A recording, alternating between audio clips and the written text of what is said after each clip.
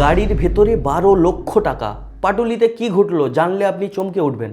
পাটুলি থানার অন্তর্গত ঢালাই ব্রিজ এলাকায় নাকা চেকিং চলাকালীন একটি গাড়ি আটক করা হয়। সেখানে উপস্থিত ছিলেন এসএসটি এবং সিএপিএফ এবং স্থানীয় পুলিশ যৌথভাবে অভিযান চালাচ্ছিলেন। একটি সন্দেহজনক গাড়িকে থামানো হয়। তল্লাশি চালিয়ে দেখেন গাড়ির ভেতরে একটি ব্যাগ রয়েছে।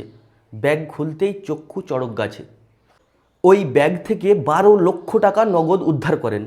গাড়িতে যে ব্যক্তি ছিলেন টাকার কোনো বৈধ কাগজপত্র দেখাতে পারেনি। টাকাগুলি বাজেয়াপ্ত করেছেন। নাকা চেকিংটি ঢালাই ব্রিজ পাটুলি থানা এলাকায় সাধারণত এই ধরনের নাকা চেকিং হয় নির্বাচনের সময়। বেআইনি টাকা, মাদক, অস্ত্র আটকানোর জন্য। ভোটের প্রভাব ফেলতে পারে এমন অবৈধ লেনদেন বন্ধ করতে। আপনি কি জানেন এসএসটি বা সিএপিএফ কারা? এসএসটি হলো নির্বাচন কমিশনের অধীনে কাজ করে, রাস্তার নজরদারি ও চেকিং করে থাকেন। সিএপিএফ হলো কেন্দ্র বাহিনী, সিআরপিএফ, বিএসএফ আইন শৃঙ্খলা বজায় রাখতে সাহায্য করে, আর স্থানীয় পুলিশও অপারেশন পরিচালনা করে থাকেন। দেখুন ভারতবর্ষের আইন কি বলে। নির্বাচন চলাকালীন 50,000 টাকার বেশি নগদ বহন করলে যথাযথ প্রমাণ দরকার, আর যদি প্রমাণ না থাকে সেই টাকা বাজেয়াপ্ত হতে পারে।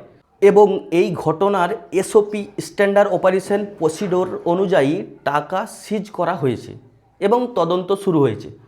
পুলিশ খতিয়ে দেখছেন টাকা কার, কোথা থেকে আসছিল, কোথায় বা নিয়ে যাওয়া হচ্ছিল। এই টাকা কি কোনো রাজনৈতিক বা অবৈধ কাজে ব্যবহার হতো কি না এ নিয়েও সন্দেহ রয়েছে। যদি বৈধ প্রমাণ পাওয়া যায় তাহলে টাকা ফেরত দেওয়া হতে পারে, না হলে আইনি ব্যবস্থা হবে। আচ্ছা আপনারাই বলুন, এই ধরনের চেকিং কি সত্যি দুর্নীতি কমাতে পারে? অবশ্যই আপনাদের মূল্যবান মতামত কমেন্ট করে জানাবেন।